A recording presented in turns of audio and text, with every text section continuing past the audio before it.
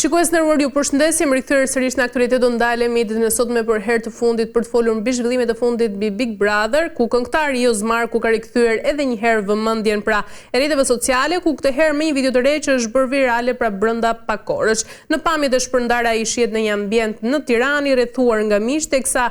ka përshëndetur ndërkaq kamrën dhe gredorën lart në formën e një grushti, por ky veprim i Jozit ka ngjallur reagime të shumta në rrjet me shumë ndjekës që janë shprehur të zhgënjur nga kjo parashitje e Joz Marku. Dhe sigurisht, në ditën e sotme do të diskutojmë mbi këto zhvillime me psikologen Manjola Daci. Manjola, të përshëndes.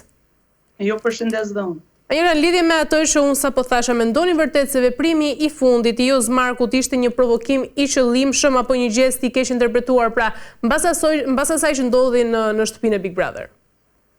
Unë mendoj kështu. Mendoj që Jozi ndonjëherë i bën veprime të pakontrolluara edhe të pakuptuara që bëjnë të bie në kontradikt me vetveten e vet, por ndonjëherë Jozi mendon se sikur po bën diçka, po paraqet diçka të mirë, po ai ka paraqitur plus që bëri një veprim të ndalueshëm, të palejueshëm, të patolerueshëm dhe të pamendueshëm. Ai edhe unë mendoj se edhe brenda atij gjesti ai ja ka bërë me qëllim edhe unë mendoj që e ka mirë përgatitur edhe grushtin që ja ka dhënë në gjestit. Por dhe ky veprim i sodit që ai ka bërë, që po e përfolim sot, ai është një veprim unë mendoj që e ka nga mendja atij që e ka mendoren shumë të ngushtë dhe nuk i koncepton dhe nuk i mendon gjërat më gjatë, vetëm ai mendon se jeta është një grusht, është një trafme, është një përfolme të palezetshme që mendoj se Jozi në vend se ai të reflektonte me vetveten e tij, të kërkonte falje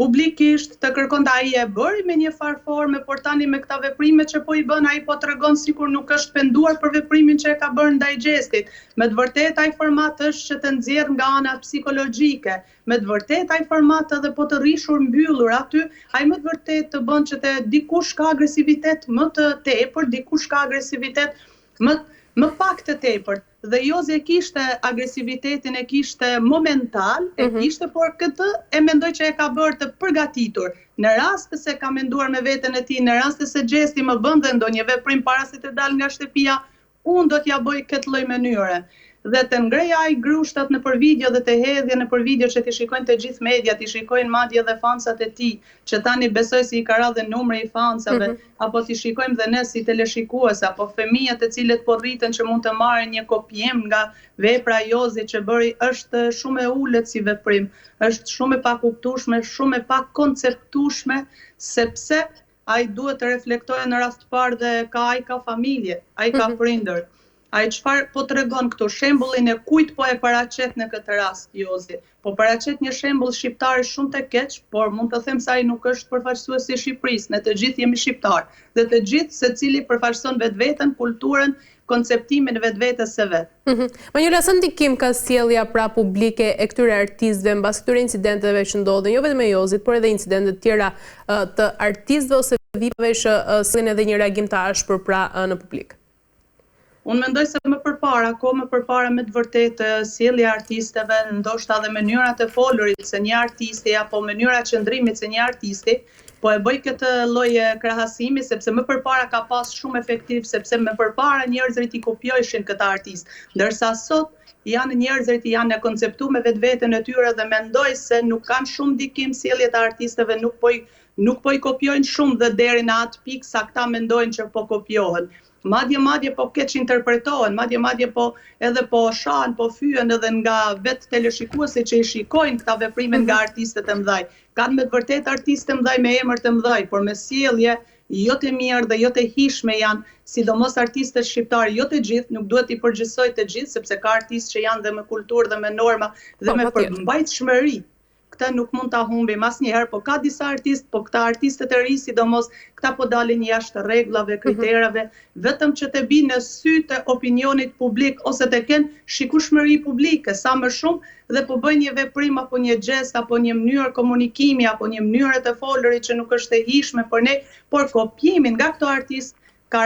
ka rënë dyfishin më përpara se ishte, tani besoj se nuk është se i ndjek dikush. Thjesht unë mendoj se mund t'i ndjekja apo mund t'i kopjoje thjesht mosha adoleshencës, mund t'i kopjoje unë them me veprimet e këtyre fëmijëve nga mosha 7 vjeç, mund të kemi kujdes për ta deri në moshën 18 vjeç, më të vërtet mund të ketë ndikim ky brez ose kjo mosh, ndërsa brezët më të tjerë besoj se nuk kanë ndonjë ndikim, më shumë ndikon tek familjarët e kultura familjes që po i paraqet sepse janë mësuar me mënyrën e artistit. Tani madje po bën të njohur edhe